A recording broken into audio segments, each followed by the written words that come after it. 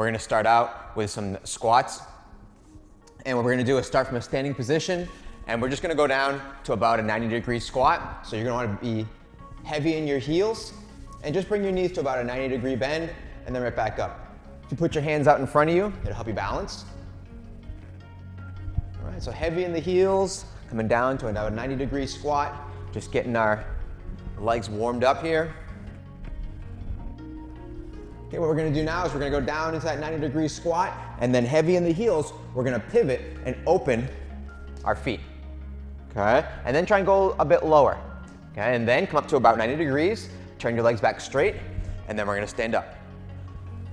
90, pivot on your heels, open your toes, squat deeper, come back up, close, and stand up. So we're pivoting on the heels as we get past that 90-degree bend, okay? Just work that at your own pace. Get to a 90-degree bend, pivot on your heels, open your hips, okay? And if you can go all the way down to the deep squat, you can do that. But then remember, every time you come up out halfway, 90 degrees, pivot and close your hips. Just keep working that. 90 degrees, pivot on your heels, deeper, back up, straighten up. Good. Now we're gonna add one more little progression to our squat here. And now what we're gonna do is as we stand up here, one thing you'll notice is that as I squat, or as you squat, your hips move backward, okay? So in addition to moving down, there's also this phenomenon of your weight kind of shifting back. That's why you're heavy in your heels, okay? And so your hips go back, back, back, back, back. Deeper you go, the further your hips go down. And conversely, when you rise up, your hips come forward. And what we're gonna do is we're gonna rise up even higher than standing with our legs straight by coming up on our tiptoes, okay? And if you feel unstable in your ankles or if you're losing your balance, you can hold on to a wall, okay? But I'm gonna go down into my squat, hips straight as I come up, and then at the top, as I stand up, I'm gonna bring my hips forward, be a little bit taut in my abs, lift my chest, and come up on your tiptoes. And then we go back down to the heels, we do a 90-degree squat, open, down into the deep squat, and then up on your tiptoes, okay? So let's work this exercise here for a few minutes here. 90-degree squat, open, 90-degree squat, up, and then hips forward, but taut in your abs. A little bit of tension in your abs, lift your chest up on your tiptoes, and repeat.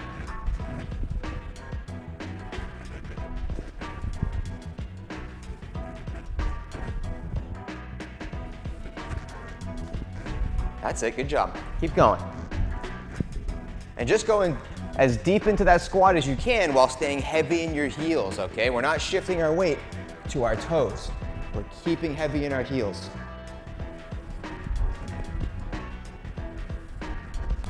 And every time you come up, your hips are coming forward and you're lifting your chest and rising up.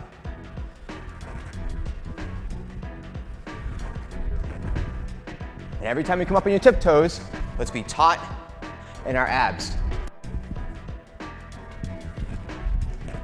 Grab onto the floor with your toes like they're claws. It may not feel like much right now, but if you keep grabbing the floor with your toes like claws, your feet and your toes will get much stronger. And your feet are what connect you to the ground and transfer all your energy to the floor. So the stronger your feet are, it's like for a lot of people, your feet or their feet are the weak link in the chain. So let's make sure that we use our toes like claws and grab into the floor. Woo. Excellent work, okay. Now to help develop our squat, and we're gonna go down, and if you had a hard time getting into your deep squat, this will be especially helpful for you. We're gonna start from a sitting position, and then what we're gonna do here is from sitting, you can use your hands to support you in the back. We're gonna start to fold our knees in toward the middle in an alternating pattern here, okay? And now one thing I'm doing here is I'm pivoting on my heels. Okay, so pivot on your heels and then bring that claw. I refer to this part of your foot as the claw of your foot. Bring the claw of your foot in. Okay, so that keeps the bottom of your foot on the floor. If I don't bring that claw in and I do this, I'm rolling over the side of my foot. That puts a lot of twisting pressure on your knee, and you don't want that, okay? So pivot on your heel and bring your claw in. So now you can see that you're using the claw, bottom of your foot, as your contact with the floor. Now what we're gonna start to do is we're gonna start to try to get one hand up this way. So as you start to lean over to the side here, you're reaching your hand up, okay? And then what we can try to do here is we can start to try to get our hips off the floor. Okay? And again, really making an effort to rotate your ankle in and use that claw of your foot on the floor. Reach your hand, shift your balance forward. All right, and as you start shifting your balance forward, you'll be on more so like one heel and one claw. Okay? Just alternating sides.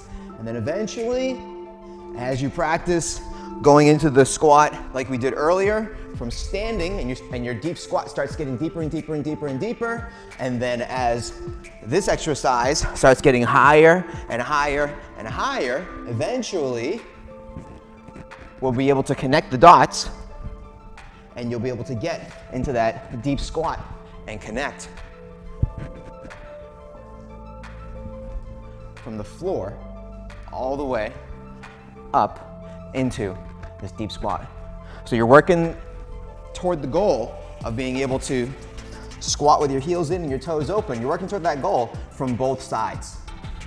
We're working at it from sinking down 90, opening the toes, dropping in, and we're also working toward from the floor, getting up into the squat. And this, the trick of it is don't compromise by going into like this crow position here on your tiptoes. That's an okay position, that's a crow, but what we're trying to do is we're trying to develop our deep squat, in which we want our heels firmly planted on the floor, okay? Okay, now you can always sit back down, on your hips here too, and you can just go back to working these stretches right here, right? And you're gonna get stronger just by practicing this a little bit every day. And this deep squat position is a great exercise to start as your warm-up because it really opens up your lower back and warms up your hips. And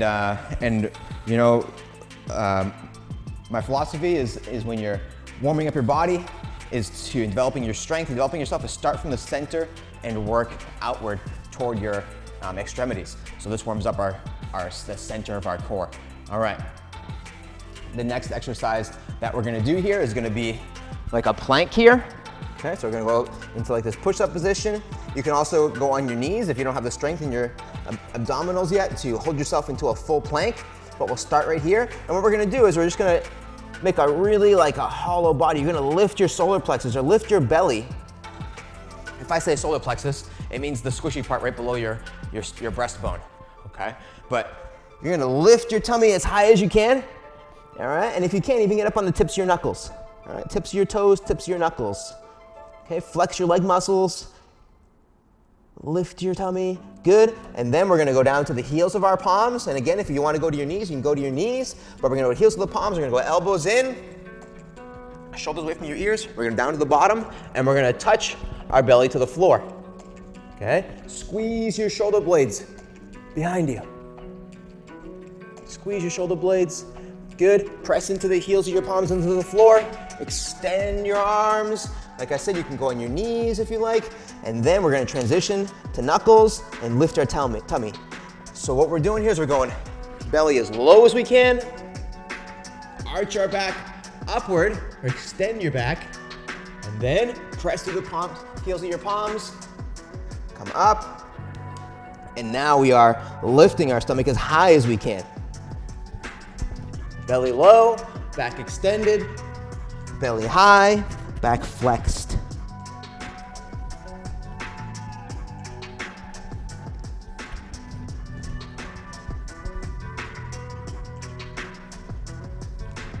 Okay, there's a couple dynamics here that we want to be working on here. One of them is the transfer of the pressure from the heel of your palm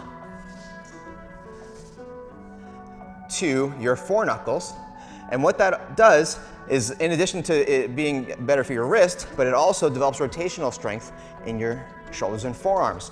And so what that means is that as I go down to the bottom of the push-up, I'm on the heels of my palms. As I go to the top of the press-up, I'm going to my foreknuckles, okay? And when you do that, when you go heels to the palms, your elbows will be in, and when you go to your foreknuckles, your elbows will be out. So you can see how, just by rotating your shoulders, how this communicates with your spine, right? So naturally, as we go to the bottom of the push-up, we're on heels of the palms, and as we press up, our back is very open. And that leads us to the next idea, is that when you're low, your shoulder blades are squeezed together, and when you're at the top of your press up, your shoulder blades are stretched away from your spine. So the muscles in your back will squeeze together as you go low, and they'll extend apart as you go up to the top. Okay, so let's work these press ups a little bit. And you can do this, like I said, on your knees. Makes it a lot easier to do the technique properly if you do it on your knees. All right, and I like to sometimes just land my belly on the bottom so that I can reset my shoulders and get my shoulders away from my ears, squeeze my shoulder blades really tight. Press to the palms of your heels, and then up to the tips of your knuckles. Okay. You touch your knees, down in the palms of the heels, squeeze the shoulder blades, just lay on the floor for a second. Also nice to arch your back at the bottom here, because we're gonna flex when we get to the top. And now press to the palms of your heels of your palms, all the way to the top. And then you can tuck your chin and go to the tips of your knuckles.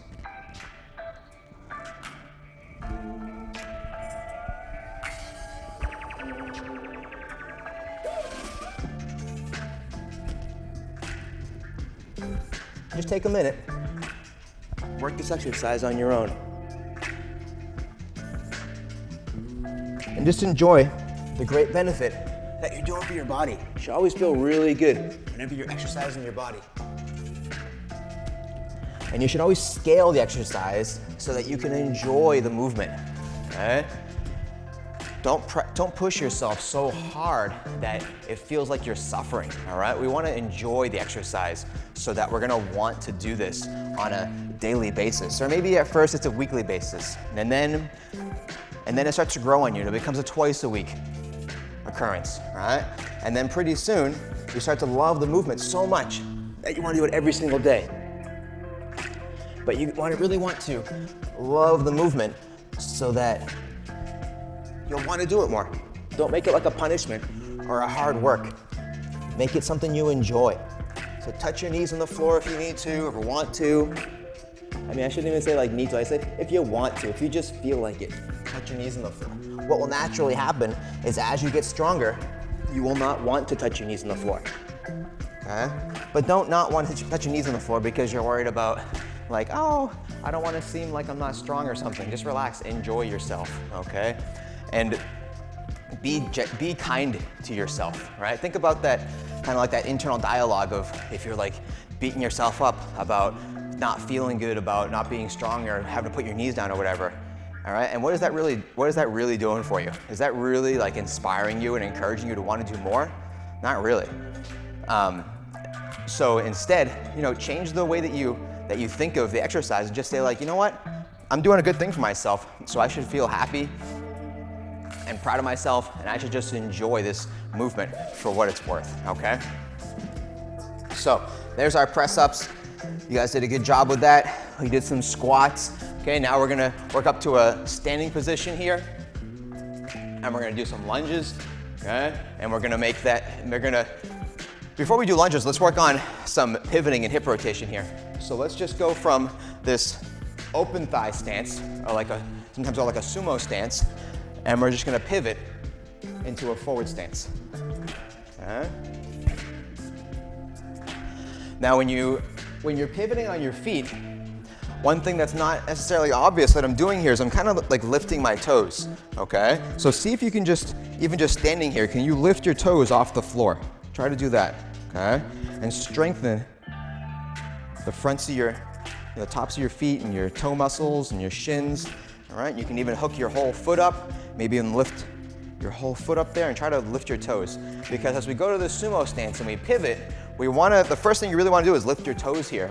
So that way you can pivot on the ball of your foot, all right?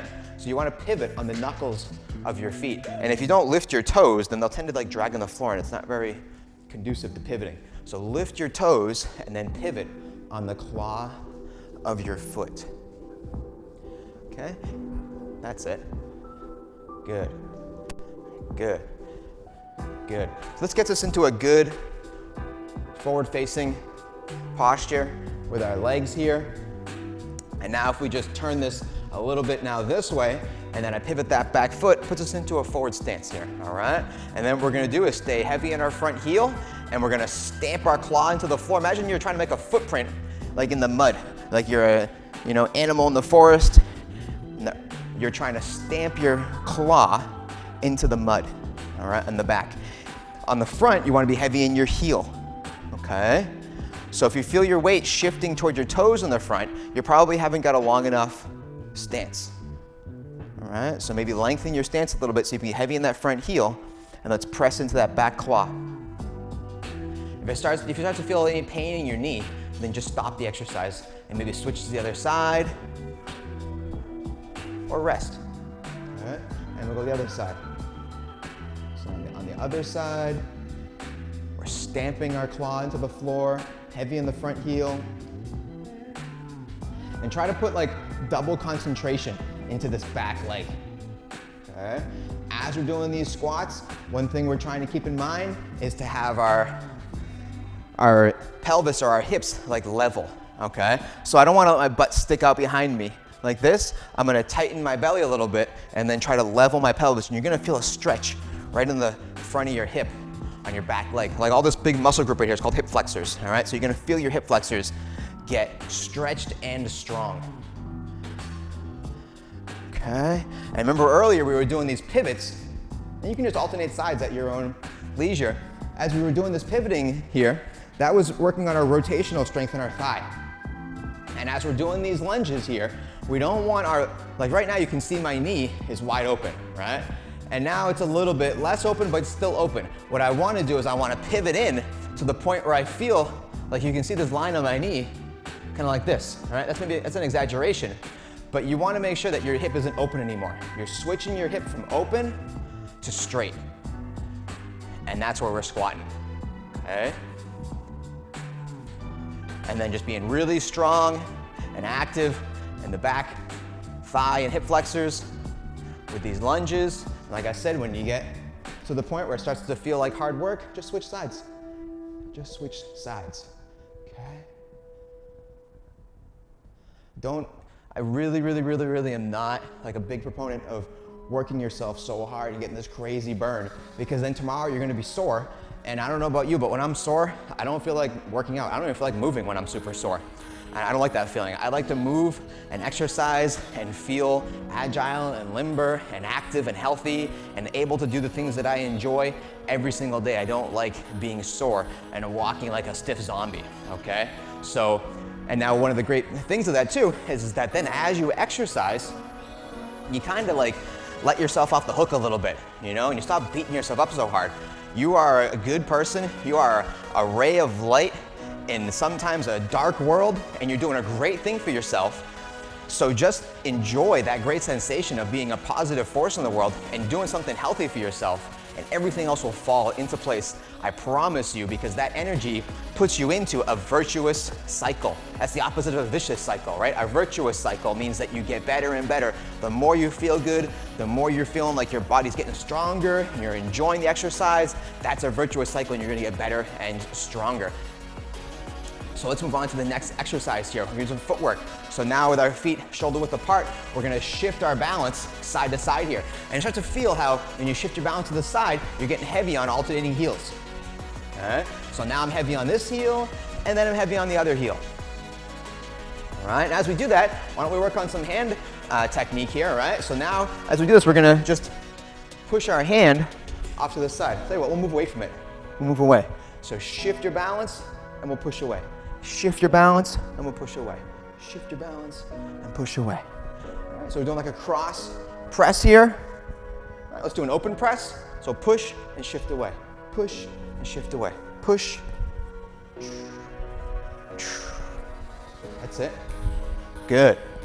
Good, all right, let's do some lower body press here. So now let's press across here and shift away. All right, and every time I shift my weight to the side, I'm shifting into my heel. Okay, your heels are much better at supporting your body weight than your toes.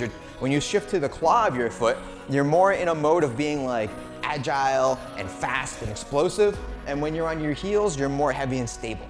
All right, and that's where we are right now.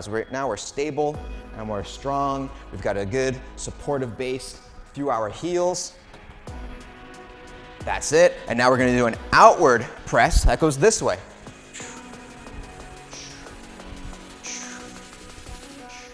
That's it, good job. We're not doing anything crazy with our hips yet, so just keep your hips like more straight. If we're gonna move our hips, we're gonna wanna pivot on our feet. Right now, we're not pivoting quite yet. All right, excellent. Now what we're gonna do is shift to that one side with our heel, and we're gonna extend our leg back, all right? And every time I shift over here, it's like, imagine if you're carrying like a big stone. When you shift your balance over, bring that heavy stone over to the side, okay? Now, that leg that's gonna step back is free because you shifted all your balance toward one side and you shifted that stone to one side. So now that back leg is free. That's it. Excellent. Shift your balance, free up that leg so that it can step back. If you, think of it this way, another perspective, you shift your balance this way, well, which foot wants to step? Yeah, clearly the one that's free, right? So that foot wants to step back. Shift your balance, step back. Shift your balance, step back. Okay, now we're gonna shift our balance and we're gonna step forward. So shift our balance to the side, free up this leg, and step forward. And then back. And then the other side, shift your balance, heavy in your heel, and then we're gonna roll over our claw as we step forward with our heel forward. And then back. Okay, so shifting, stepping, shifting, stepping, shifting, stepping, shift. Good. That's it. That's it. And every time after you shift your balance, your leg becomes light. As you step forward, then you're gonna transfer your weight over that front leg. And now we gotta transfer it back. Transfer, step, bring your weight forward to that front leg, heavy in your heel, and then bring it on back. When you bring it back, I want you to pull it back with your back leg. So as we start to shift our balance and step back, I want you to press with that claw in the back, and that back leg helps pull you back. So don't rely on your front leg to throw you back only. Front leg's gonna help, but I want you to use that back claw to pull yourself back. Okay? And it takes a bit of concentration and kind of retraining of your muscles to get that back leg to help you to step back. Okay, maybe we don't practice stepping backwards enough, right? But if you want to be a ninja, I mean like an everyday ninja, not like a ninja that, climbs trees and fights bad guys. But if you want to be a lifestyle ninja, you gotta be able to step backwards. It's one of the basic skills. Walk forwards, walk backward. Nice, good job. Okay, now let's just do some variation here between the backward step.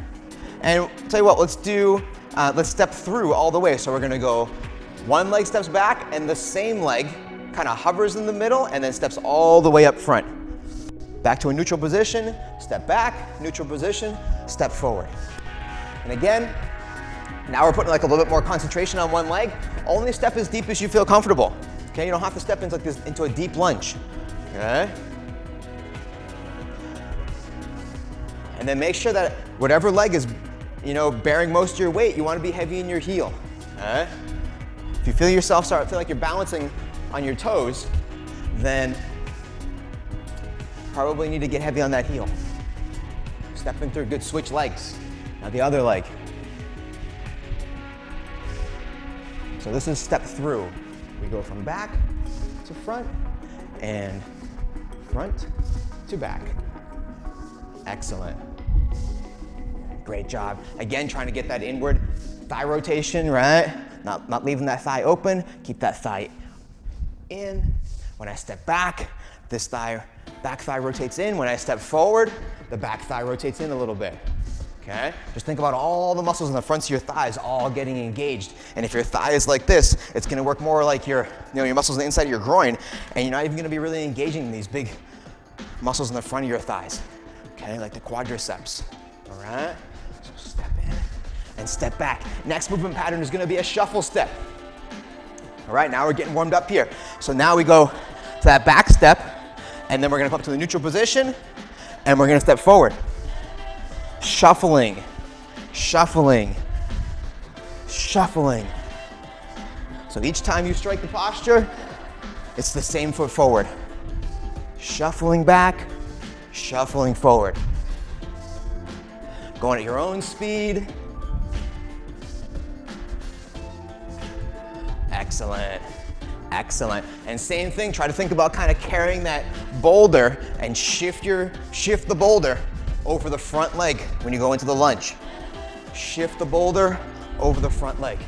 It's the same side every time here. If you haven't already switched legs, probably a good time right now. Switch legs. Shift that weight over your front leg. If you got these, if you can cut these shapes, that's cool.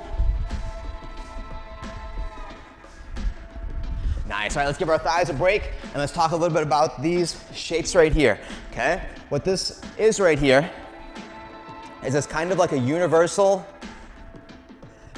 kind of like abstract of basically everything you can do with your arms, all right? Because when I bring this hand across this way, my shoulder does a certain thing. And when I bring my hand down this way, my shoulder does a certain thing.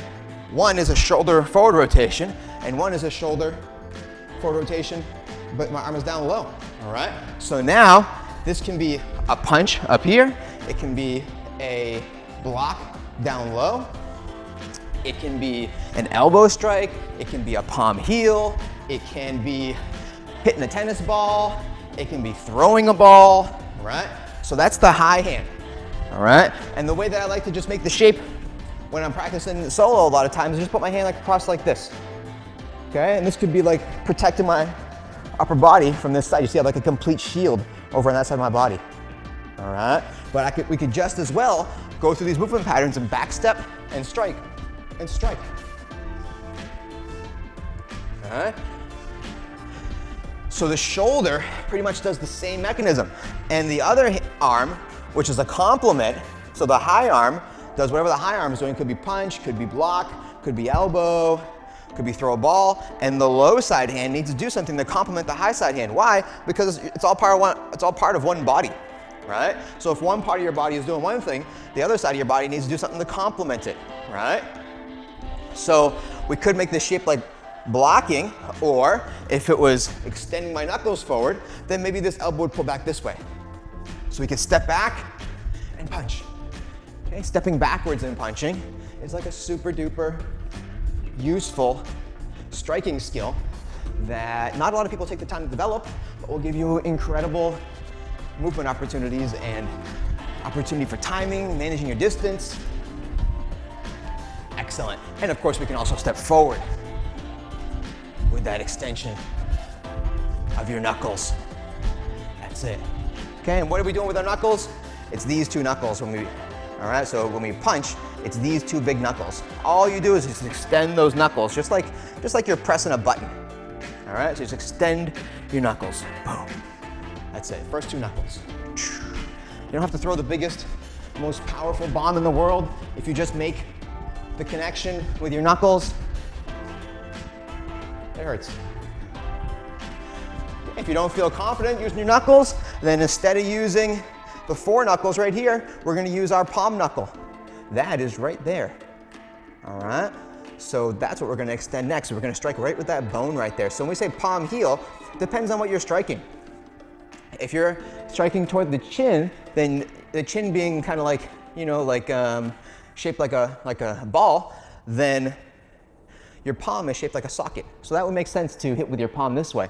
But sometimes if you're trying to strike, you know, more like a soft target, then you might want to hit with this bone right here. All right. So if I was going to hit like maybe like up in this part of the face or up here, you know, then I would use this part. If I was going to strike toward like the chin or maybe like even the head or something like that, then I would use a soft part of my palm. So soft striking surface, it's a hard target, and relatively, for a relatively softer target, you hit with a harder bone. It's all relative, right? It's just, do you feel that this bone is harder than what you're hitting? If the answer is yes, hit it with the bone. If you feel like you're gonna hit something that's harder than that bone, use your palm, all right? It's just your feeling. So you can either strike with the heel of the palm, the bone, or the fleshy part of your palm. Either way, you can step forward, you can step backward, you can shuffle step. Okay? And then one thing to start to become aware of that we're not going to necessarily cover today is that you can be striking with your cross hand, which is your backhand, or you can be striking with your jab hand, which is your front hand. Okay? So this right here would be like my jab hand. Okay? And usually when you're jabbing, you do something a little bit different with your hips. That's why today we're just doing the cross hand. Okay? So see if you can just do cross strikes today. And try to mix it up a little bit with your jabs. With your shuffle steps and stepping through. So if you're stepping through, you're alternating hands, right? Because your legs are alternating position. If you're shuffling, you're gonna have the same leg forward every time. So that means the same hand is gonna cross strike every time. So you got step back one foot, step back the other foot, alternate stepping back a few times. You can punch with your fore knuckles, F-O-R-E knuckles. You can punch with your palm knuckle or your palm heel. Step forward, same, alternating.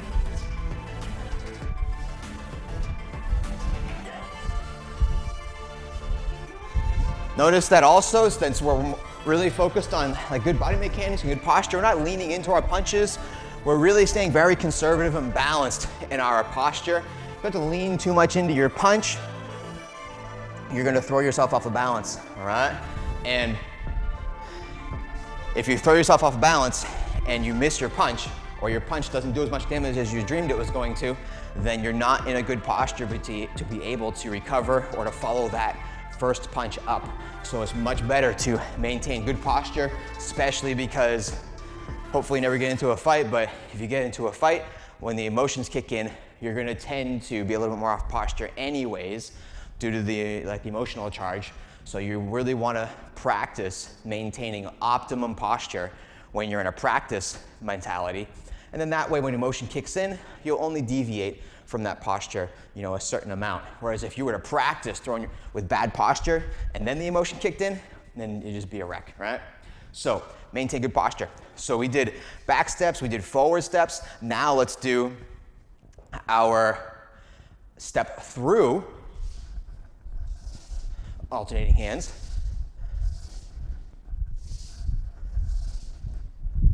And again, especially, you know, like especially if your knees are getting sore, but even if your muscles are getting tired, whatever it is, just shorten your steps because you're building the coordination.